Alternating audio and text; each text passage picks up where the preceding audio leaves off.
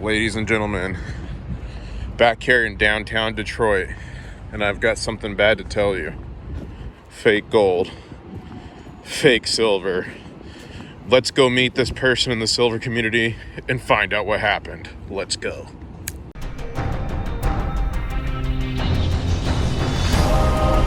One stacker on a journey to find silver.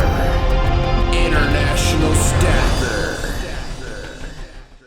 Are you waiting for International Stacker? What's up? Way, I knew that was you, dude. I was just about to be like, I'm making eye contact with I strangers. had a feeling that was you. What's up, man? How's it going? Do I look like what you expected? I always ask that. No, not at all. And I've got my cold weather gear on, guys, so. So here I am at the first fireside chat in Detroit with, who am I with? Sound Muddy Metals. Hey, everybody. Sound Muddy Metals. What is up, my friend? How you doing? I'm doing well. You know, it's funny, I didn't even realize you lived in Detroit, but then I saw you posted a video at, I think, Rare Coins Detroit, and I'm like, oh, Sound Money's up here. I need to message him. So, folks, we just met up. We ate some great Mexican food, and show them that Coke. This is not sponsored by Coke, but we got the sugarcane Coke, you know, the imported. The real stuff. So, anyways, I want to find out from you, and I know you've got some secrets of gold and silver you're dying to share, but before we get there, what got you into stacking, and how long have you been stacking for? So I started stacking in 2018 when Bitcoin took off. So I bought some Bitcoin at the end of 2017, and before I do that, here, I just wanted to give you this. Oh, what is this? This is the original Silver Singer. There's about 10 of them in existence. How do I do? Okay. It's the beginning of all Sound Money Metals. I know that everybody gives you something, so that's what do I do? You gotta just put it on the table like that. It's like a tingsha bell, and then you just ping it. Oh, wow. That's the sound of pure silver. The first time I actually made one of those, it was like a huge eureka moment. It was great. And you poured these yourself? Yeah. Or this? Yeah. And how many did you make? About 10 of them. There's only 10 of these in the world? There's only 10 of them in the world, yeah. So this is what gave you the idea for your business you do now? Yeah, everything branched off of that, yes. Well, okay. I guess we'll do the Stacker origin story later. Let's get into your company. Okay, sure. So, in case people don't know, what do you make? Well, right now I make the Pocket Pinger. It's a device that uses sound to catch counterfeits. Do you have one on you? I do, of course I do. So here is one here. Okay. Do you have a coin? I do. Let's see, here's a pink one also. Oh, in wow. case Miss IS shows up. Mrs. IS, Mrs. okay. IS shows up. Yeah, I got... Is that a pocket pinger in your pocket? That is a pocket pinger. So here, check this out. This is a peace dollar. And here, why don't you do it? Because I'm just gonna look ridiculous. Here, why don't you show them how it's done? Cool. So this is actually a counterfeit peace dollar. Oh, I was gonna say it sounds horrible. It sounds absolutely atrocious, but it weighs the right weight. It has a little bit of magnetic properties to it. Okay. I've actually put that in the hand of about 10 different actual silver dealers, and they all thought it was real until I told them it was fake. Wow. Yeah, that's a really good counterfeit. It is a good counterfeit. Someone tried to sell that in Detroit as real. Here's a real one. So huge difference. Yeah, huge difference. So Much with more one little swipe of the stick, Yep. Yeah. you can really know. You can really know, right? So and then the other way to use it is you just plunge it like that. So let's go back to stacking. When did you get into stacking and why? Yeah, so I think I've got a similar story to a lot of other people. I somehow stumbled across Bitcoin at the end of 2017, near the end. Okay. When everyone was starting to get hype about it again. And I saw it was doing like that S curve, right, that you learn in math class. And I was like, wait a second, this looks familiar, right? Like, yeah. Like even if it is just BS, I'm gonna throw some money at this thing. Yeah. And then What was the price of it then? I got in around $1,800. Okay. I started getting in at $1,800. I put. Please tell me you bought 80,000 Bitcoin. No, I did not. Dang it! I didn't buy that much, but then I got a little bit, and I remember my dad and my colleagues were all telling me I was crazy, and like it's okay to gamble a little bit, and that gamble a little bit went into like an entire month's paycheck into that thing, and then I rode that up until the end of 2018, and it went to 20K, and then it dropped, and then I sold back at 17. Nice. Yeah. You know, I was mining Bitcoin in the Middle East, and I was mining it when it was $400 to $500 a coin. Oh, beautiful. I had 13 Bitcoins. I used to tell my buddy, we need to get to 13 Bitcoins, because I used to say, if you have 13 Bitcoin, you'll be part of the wealthy 1% eventually. Like, that was my whole thing, right? Yeah. So then, like, I had it. Then I go to Comic-Con every year with my family, and I would buy a bunch of, like, exclusives at Comic-Con and flip them and make more money and buy gold and silver with that, right? Yeah. So I'm at Comic-Con. I need more money. And at the time, Bitcoin was like 750, so I sold 3 Bitcoins for 750 a pop. Yeah. Which was good. I Yeah. nearly more than doubled my money, right? Sure. So then I took that, I put it in, and I bought stuff there, and I made money off that. But I didn't go buy back the 3 Bitcoin like Yeah. I was supposed to. And I know. Man, I look at Bitcoin's price now. I'm like, oh, I wish I still had that 13. But there's no way I would have hung on for this long. Yeah. I would have, my last Bitcoin, I think I sold like 13K or something. Yeah, I sold some at 15. Gosh dang. Yeah. If only we knew, dude. You know, we could have literally had tens of thousands of Bitcoins for like next to nothing back in the day. Yeah. That's crazy. So, Yeah.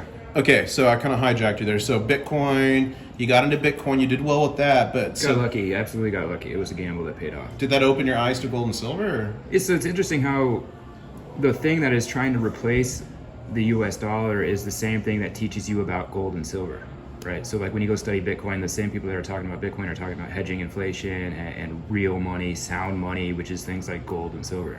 Yeah. So kind of was a crossover for you. It was like an eye-opener to wait, why aren't we learning about gold and silver in school? Oh, because they want us on fiat. That's just like a conspiracy theory. I don't know if that's true or not. Well, I mean, But then they can get the hidden tax, and every month inflation. That's a hidden tax, my friend. It absolutely is, yeah. And it's hard to do that with gold and silver, right? So Yeah, what made you it's realize that you wanted metals versus everything in Bitcoin? Was it I would you think could touch it, or? influence from others, right? So there's like that part of people saying, "Oh, it's digital, it's not real, it's gonna get hacked," all that kind of stuff. Mm-hmm. So I just trying to be safe with it. I still kept some of the Bitcoin, I didn't sell it all, but I pulled all my money out plus some because it more than like 5x'd in price in a couple months. So I really did get really lucky with that. Do you want to hear something sick? I was in the Litecoin, where it was like $11 a coin. I was in the original Ether and crossed over to Ether Classic now and then Ether. Like I had all this stuff at ridiculous prices, dude, and I sold all of it. I mean, I did really well. Yeah. But I could have had so much more gold and silver. That's funny. So, Yeah, and I do like holding gold for sure, and silver as well. So what was your first, I did. what year did you get your first gold or silver?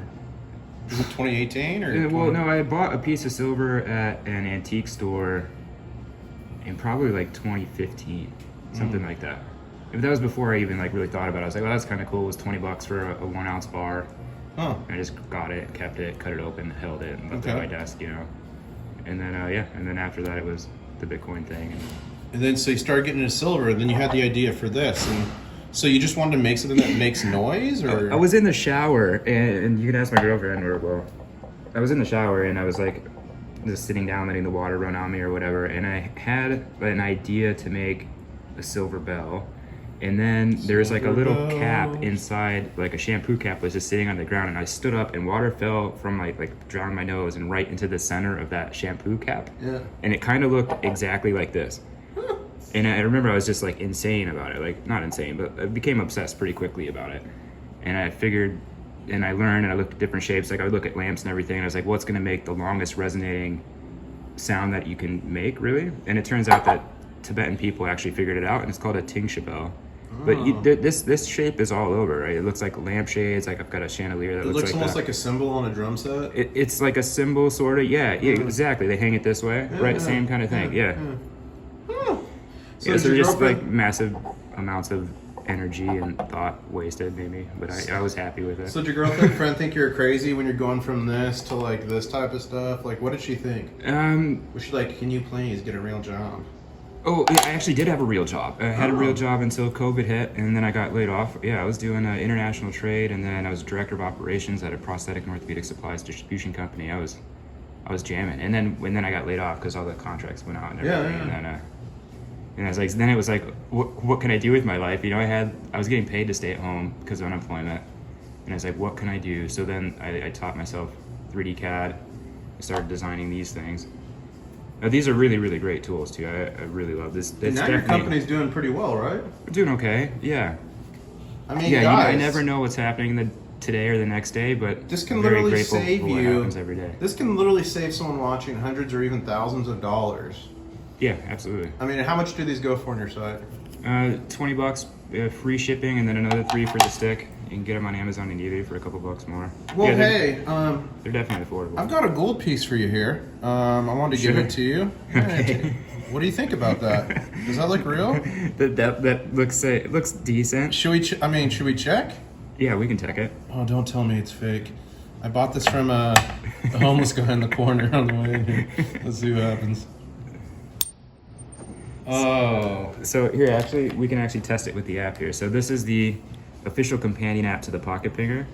And we're gonna go over here to the coin tester app. You guys just saw. Why do you have OnlyFriends? I don't know. So we're gonna gold and we're gonna type in Eagle. I didn't know you had a companion app. Yep. So this is actually made by a company in France. Liming Yang is the developer's name. Gold Eagle. Let's go ahead and type in. Just make a random year, 2017. And there's the half-ounce gold eagle right here, 86 to 2020. Can you hold that for a second? Yeah. And we're gonna hit check on the app here. And we're gonna let the app do the listening for us. Oh, wow. Give it a couple taps. And sometimes background noise makes it kind of funky. But you can see that one came back 0 of 3 bad. I don't know if so you're saying I gave you a fake coin? This is definitely a fake coin. Gosh, dang it. Yeah, the weight is a little light, but it does look pretty good. And it looks like you actually brought one of these real ones with you as well. These are actually his coins, guys. I just stole them from him. So we're gonna check it here. So this is a real one. Oh, wow. Yeah, the resonance is much, much better. It'll go the whole test easy. Dude, that's crazy. Yeah, 22 karat American gold is amazing. So then you get the 3 of 3 grade. So somebody can make sure they're buying real gold. Yeah. For $20 in a free app, right? Or is the app free? The app is free.